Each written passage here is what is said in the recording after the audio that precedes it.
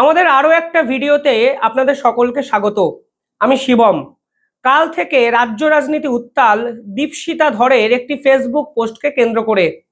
অনেক প্রশ্ন, অনেক মন্তব্য এবং সর্বশেষে অনেক বিতর্কিত বিষয় একটি ফেসবুক পোস্টকে কেন্দ্র করে রাজ্য রাজনীতিতে হঠাৎ করেই কিন্তু আমাদের সামনে এসে পড়েছে। ভারত এবং পাকিস্তানের বর্তমান যে সামরিক শক্তির লড়াই চলছে, সেই লড়াইকে কেন্দ্র করে ফেসবুকে বাম নেত্রী দীপশিতা ধর একটি পোস্ট করেন, কিছু কথা লেখেন। উল্লেখযোগ্য বিষয় হলো সেই পোস্টেই অনেক বাম সমর্থকও কমেন্ট করেন, কেউ বিরূপ মন্তব্য করেন এবং সব মিলিয়ে এক অদ্ভুত বিতর্কিত বিষয়ের কিন্তু সূচনা হয়েছে রাজ্য রাজনীতিতে ওই একটি ফেসবুক পোস্টকে কেন্দ্র করে। পরবর্তীকালে আরও এক নেত্রী ঐশী আরও একটি ফেসবুক পোস্ট করেন, যা একদম দীপশিতা ধরের হুবহু কার্বন কপি। সেই পোস্টকে কেন্দ্র করেও হয়েছে একাধিক বিতর্ক। আমি পুরো বিষয়টা আপনাদের সামনে রাখছি, আপনারা আপনাদের মন্তব্য আমাদের কমেন্টে জানাতে পারেন। দীপশিতা ফেসবুকে কি লেখেন? দীপশিতা লেখেন, call me names, it does not matter, I refuse to see my country turn into a grave. শেষে আবার লেখেন, I refuse to cheer for another war. ইতিমধ্যেই পশ্চিম সীমান্তের অমৃতসর সহ অন্যান্য শহরগুলোতে ব্ল্যাকআউট চলছে। 450 কিলোমিটার দূরে বসে আমি এর থ্রিল অনুভব করতে পারছি না।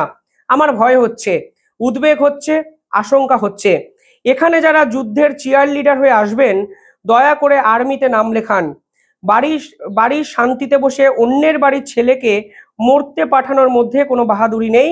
ডিএসকেলেট নাও, অর্থাৎ যুদ্ধ অবিলম্বে বন্ধ করুন। এবার কমেন্টগুলো আপনারা শুনুন, দেখবেন বাম সমর্থকরাও কোথাও গিয়ে ক্ষুব্ধ হয়েছে দীপশিতার এই পোস্টে। একজন ব্যক্তি লিখেছেন, সৌমজিৎ দে, উনি লিখেছেন, দিদি আপনি একটু চুপ করুন, বুঝলেন তো, আপনাদের মতো কিছু পাবলিকের জন্যই আজকে আমাদের পার্টির এই অবস্থা। সঞ্জীব লিয়েন্ডা দত্ত লেখেন, চান কি বলুন তো আপনারা, পার্টিটাকে পুরো শেষ করে দিতে? সিপিএমকে তো আপনাদের মতো লোকেরাই শেষ করছে।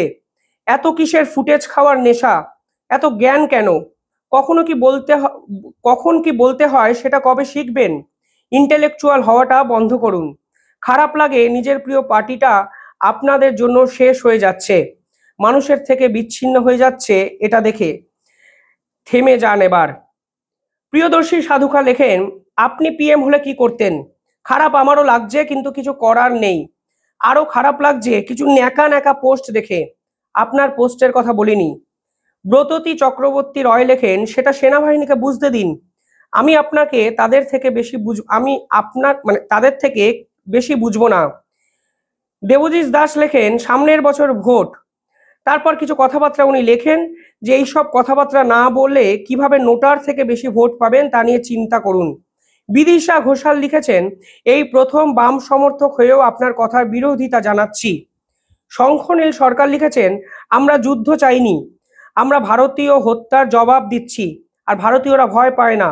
দরকার পড়লে প্রতিটা ভারতীয় দেশের স্বার্থে অস্ত্র ধরতে প্রস্তুত। তারিকার উনি কিন্তু সহমত জানিয়েছেন এই ফেসবুক পোস্টে। পিকু দীপিকা বলে একজন লিখেছেন, আমিও বাম সমর্থক, কিন্তু এই কথাটা একদমই সমর্থন নয়। কোনো দেশ বারবার অ্যাটাক করে চলেছে আর আমরা চুপ করে বসে খেলা দেখবো নাকি?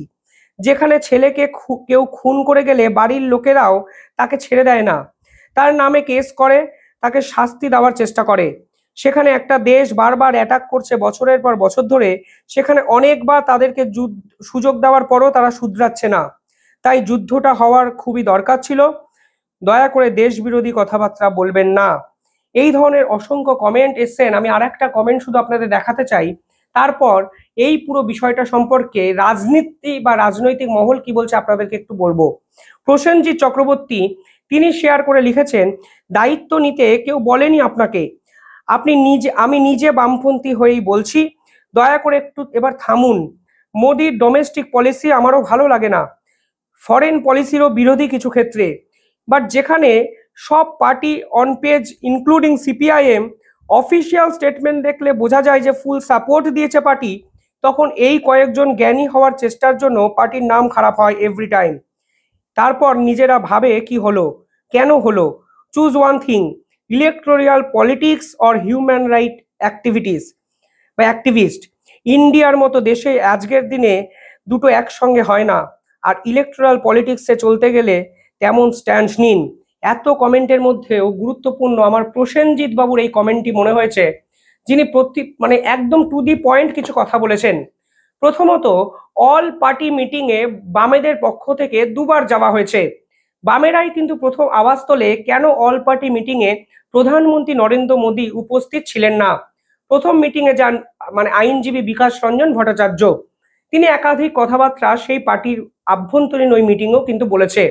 এরপরে বামেদের পক্ষ থেকে প্রেস রিলিজও দেওয়া হয়, সেখানে পরিষ্কারভাবে বলে দেওয়া হয় এই মুহূর্তে দেশ যে সিদ্ধান্ত নেবে সেই সিদ্ধান্তের পাশে থাকবে সমস্ত রাজনৈতিক দল। এমনকি বামেরাও বলে আমরা দেশের সরকার যে সিদ্ধান্ত নেবে তার সঙ্গে আছি। অর্থাৎ পুরো বিষয়টি সেনাবাহিনীর উপর বর্তায়। ভারতীয় সেনার যদি মনে হয় তারা যুদ্ধেতে যাবে, তারা যুদ্ধের সমর্থন আমরা করব। ভারতীয় সেনার যদি মনে হয় এই মুহূর্তে একটু ডিফেন্সিভ খেলা দরকার, তাহলে সেই সিদ্ধান্তকেও আমরা সমর্থন জানাবো। দেশের কঠিন সময় সেটাই তো সকলের কাম্য। আমাদের ব্যক্তিগত চাহিদা, আমরা কি ভাবছি, আমরা কি করছি, এই মুহূর্তে সত্যি ম্যাটার করে না। দীপশিতা একটা জায়গায় বলেছেন যে ডিপ্লোম্যাটিক চ্যানেল কেন খোলা যাচ্ছে না, ডিপ্লোম্যাটিক চ্যানেলের মাধ্যমে আপনারা পুরো বিষয়টা মীমাংসা কেন করছেন না। দেখুন, অত্যন্ত গুরুত্বপূর্ণ একটা কথা, কিন্তু আমি জানি না দীপশিতা ঠিক কতটা ডিপ্লোম্যাটিক চ্যানেল খোলার চেষ্টা হয়েছে কি হয়নি এ বিষয়ে কিছু জানেন। প্রথমত, দেশটার নাম, বিরোধী দেশটার নাম হলো পাকিস্তান, যিনি কাশ্মীর প্রসঙ্গ নিয়ে যারা কাশ্মীর প্রসঙ্গ নিয়ে জাতিসংঘের প্রত্যেকটি কাউন্সিলের প্রত্যেকটি জায়গায় বারংবার কথাবার্তা বলেছেন। কিছুদিন আগে জাতিসংঘের বা রাষ্ট্রসংঘের সিকিউরিটি কাউন্সিলের যে বৈঠক হয়েছিল, সেখানে যখন বক্তৃতা তারা দেয়, তারা কাশ্মীর শব্দটি 12 থেকে 14 বার উচ্চারণ করেন এবং তিনি দাবি করেন, সেই ব্যক্তি, পাকিস্তানের সেই ব্যক্তি দাবি করেন কাশ্মীরে নাকি জোর করে ভারতীয় সেনা, সংখ্যাটা প্রায় 10 লাখের উপরে তারা বলেছিলেন, যদিও সম্পূর্ণ মিথ্যে এবং ভুল তথ্য, সেটা নাকি ভারতীয় সেনা ডিপ্লয় করেছে। একের পর এক জায়গায় ভারত কিন্তু পাকিস্তানের সঙ্গে বিভিন্ন উপায়ে ডিপ্লোম্যাটিক ওয়েতে সম্পর্ক স্থাপনের চেষ্টা করেছে, কিন্তু একের পর এক অ্যাটাক, পাকিস্তানের মদতপুষ্ট একাধিক সন্ত্রাসবাদী সংগঠন দিনের পর দিন ভারতে কিন্তু ঘটিয়েছে। ইন্টেলিজেন্স ফেইলার বা একাধিক আইবি যদি সিকিউরিটির যদি সমস্যা ভাবেন, সেটা অনেক পরের বিষয়, কিন্তু বর্তমানে দাঁড়িয়ে আমাদের কি করা উচিত? পাকিস্তান যেভাবে নিরীহ 26 জন ভারতীয় নাগরিককে হত্যা করলো, হিন্দু নাগরিককে হত্যা করলো, তার বিপক্ষে ভারত সরকারের কি করা উচিত? শুধু কি ডিপ্লোম্যাটিক স্তরে কথা বলে জিজ্ঞাসা করা উচিত আপনারা কেন করলেন? এই পুরো ঘটনার সঙ্গে যাদের নাম জড়িয়ে আছে, সেই গ্রুপের নাম the TRF, the resistance force. এই রেজিস্ট্যান্স ফোর্স হলো লস্কর ই তৈবার একটি প্রক্সি গ্রুপ। ভারতবর্ষ আগের বছর 2024 সালে এবং 2023 সালে জাতিসংঘ বা রাষ্ট্রসংঘতে বারংবার করে জানিয়েছিল লস্কর ই তৈবা এবং জেইশে মোহাম্মদের মতো দুটি গ্রুপ প্রক্সি গ্রুপ খুলে ভারতবর্ষে বিভিন্ন সন্ত্রাসবাদী নাশকতার ঘটনা ঘটানোর চেষ্টা করছে। রাষ্ট্রসংঘ কিছু করেনি। কাশ্মীরে কিন্তু রাষ্ট্রসংঘের নির্দিষ্ট একটি অফিসও ছিল, যাদের কাজই হলো এলওসি অঞ্চলে যদি কোনো দেশ আন্তর্জাতিক চুক্তি ভঙ্গন করে তার বিপক্ষে কথাবার্তা বলা। কিন্তু পাকিস্তানের অ্যাক্টিভিটি যদি এলওসিতে দেখেন, তাহলে দেখবেন এরা বারংবার সিজফায়ার এগ্রিমেন্টকেও কিন্তু ভায়োলেট করেছে। অর্থাৎ প্রথম থেকেই এদের স্ট্যান্ডটি শুধুমাত্র ভারত বিরোধিতা করা শুধু নয়, প্রথম থেকেই এরা ভারতের ক্ষতি করতে চেয়েছে। কখনো হিন্দু পর্যটকদের হত্যা করেছে, কখনো সেনাবাহিনীর নিরীহ যারা সেনা, বীর সেনাদের হত্যা করেছে, এমনকি কাশ্মীরের একাধিক প্রজেক্টের সঙ্গে জড়িত কিছু মানুষদেরও কিন্তু হত্যা করা হয়েছে এই সকল জঙ্গি সংগঠনের দ্বারা। ভারত সরকারের ফেইলার আছে কি নেই, আজকের দিনে দাঁড়িয়ে আলোচনাটা করা কি সত্যি যুক্তিযুক্ত হবে? নাকি এই মুহূর্তে ভারতীয় সেনারা যে পদক্ষেপ নিতে শুরু করেছে, সেই পদক্ষেপের পাশে থাকাটাই আমাদের ভারতীয় হয়ে একমাত্র কর্তব্য? প্রশ্ন তোলার সময় অনেকটা পাওয়া যাবে। প্রশ্ন তোলার জন্য সাংসদ আছে, সাংসদরা সংসদে যাবেন, সেখানে প্রশ্ন হবে, একাধিক মিটিং হবে, একাধিক নিউজ মিডিয়া আউটলেট আছে, সকল জায়গায় কিন্তু প্রশ্ন আপনারা তুলতেই পারেন। আর সব থেকে ইম্পর্টেন্ট হলো ইলেকট্রাল পলিটিক্সে মানুষকে বোঝানোর জন্য প্রশ্ন তোলার জায়গা কিন্তু ওপেন প্ল্যাটফর্ম পাওয়া যায়। অর্থাৎ এই মুহূর্তে দাঁড়িয়ে ভারতীয় সেনা পাকিস্তানের হানাদারি শক্তিকে সম্পূর্ণভাবে শেষ করার যে সিদ্ধান্ত তারা নিয়েছে, সেই সিদ্ধান্তকে সমর্থন করাই তো ভারতীয় হিসাবে একমাত্র কাজ হতে পারে। ঠিক সেই জায়গায় দাঁড়িয়ে একাধিক মানুষ বলছেন, যেখানে পার্টি 100% সমর্থন ভারতের আর্মিকে করছে, ভারতীয় সেনাকে করছে, সেখানে ব্যক্তিগত চয়েসে ফেসবুকে এই ধরনের মন্তব্য করার মানেটা কি? নিরীহ মানুষ মারা যাচ্ছেন, সেটা তো ভারতের জন্য নয়। ভারত তো যুদ্ধও ঘোষণা করেনি, যুদ্ধ তো চাইছে পাকিস্তান, যারা ভারতের অন্দরে ঢুকে নিরীহ মানুষদের হত্যা করেছেন। ভারত যে অপারেশন সিন্দুর চালু করেছেন, সেই অপারেশন সিন্দুরে বেছে বেছে 9টি জঙ্গি ঘাঁটিকে ভারতবর্ষ উড়িয়ে দিয়েছেন, এবং সেই জঙ্গি ঘাঁটির মধ্যে উল্লেখযোগ্য ছিল মৌলানা, পাকিস্তানের ভাষায় মৌলানা আজাদ মাসুদের অন্যতম একটি জায়গায়। অর্থাৎ ভারতবর্ষ পিন পয়েন্ট টার্গেট করে একের পর এক জঙ্গি ঘাঁটি উড়িয়ে দিয়েছে, যা ভারতীয় সেনা, ভারতের ইন্টেলিজেন্সের অন্যতম বড় সাফল্য এবং নিঃসন্দেহে ঐতিহাসিক সাফল্য, যার ভিডিও অলরেডি প্রকাশ করা হয়েছে ভারতের পক্ষ থেকে। কিন্তু পাকিস্তান কি করলো? পাকিস্তান কাশ্মীরের পুঞ্চ অঞ্চলে পৌঁছে গেল। পাকিস্তান পুঞ্চ অঞ্চলে গিয়ে নিরীহ মানুষদের উপর আর্টিলারি সেল করতে শুরু করলো, বন্দুক দিয়ে গুলি করতে শুরু করলো নির্বিচারে। জেনেভা কনভেনশনের রুল অনুযায়ী সেনার সঙ্গে সেনার যুদ্ধ হবে, সেখানে নিরীহ মানুষদেরকে নির্বিচারে হত্যা কিন্তু পাকিস্তান সেনার পক্ষে করা হলো, যা অত্যন্ত বেদনাদায়ক। তার বিরোধিতা করা যেতে পারে, পাকিস্তান সেনার এই ধরনের আচরণের বিরোধিতা করা যেতে পারে, কিন্তু এদের বিপক্ষে কোনো পদক্ষেপ নেব না, এটা তো সাধারণ মানুষ এই মুহূর্তে চাইবেন কি?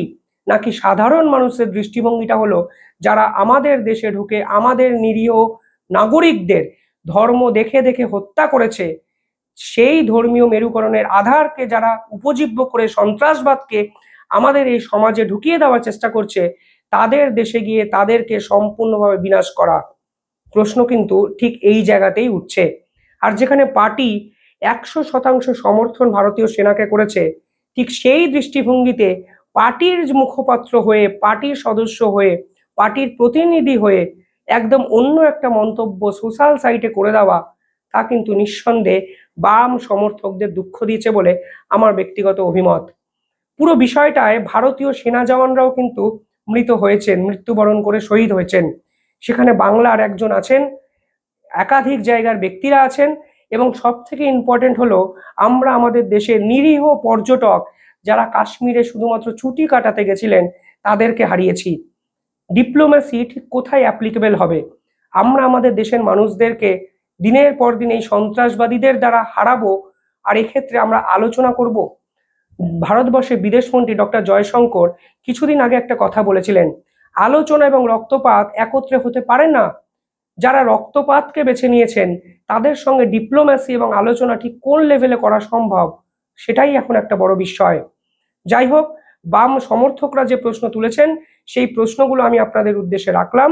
যে কমেন্ট এনারা করেছেন সেগুলোও আমি আপনাদের দেখালাম। এবার আপনারা ডিসাইড করুন এই মুহূর্তে ঠিক কিসের সাপোর্ট করা উচিত, দীপশিতাকে নাকি এই বিরুদ্ধ মতের। দুটো মতই আমি আপনাদের সামনে রাখলাম, বাকিটা আপনাদের সিদ্ধান্ত। কমেন্টে জানাবেন আপনারা কি ভাবছেন। ধন্যবাদ।